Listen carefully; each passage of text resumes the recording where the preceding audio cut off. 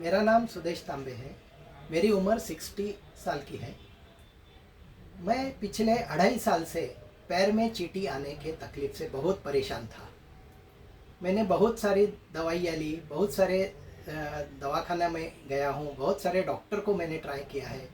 Allopathy, homeopathy और Ayurvedic treatments मैंने ली है, मगर मुझे इस तकलीफ़ के ऊपर कुछ भी राहत नहीं मिल रही थी। मैं बहुत परेशान था, बहुत हैरान था। इस तकलीफ़ में से मुझे बाहर निकालने के लिए मुझे मेरे लड़की ने नेट पर से एक सर्च किया और फिजियोफिट गुरु, हमारे डॉक्टर अजय यादव जी, इनका नाम उसने सर्च करके मुझे इस लैब में इस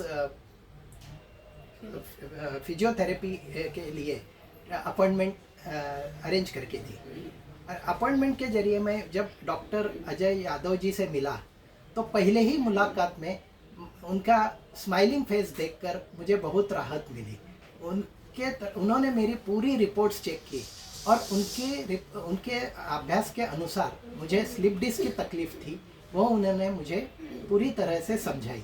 उनके मेडिकल टर्म्स तो मुझे बहुत सारे समझ में नहीं आए, मगर उन्होंने जो बताया उसका एक ही राज था कि बगैर ऑपरेशन के और योग्य दवाई और एक्सरसाइज करके मेरी यह तकलीफ़ वे पूरी तरह से 100% ठीक कर देंगे।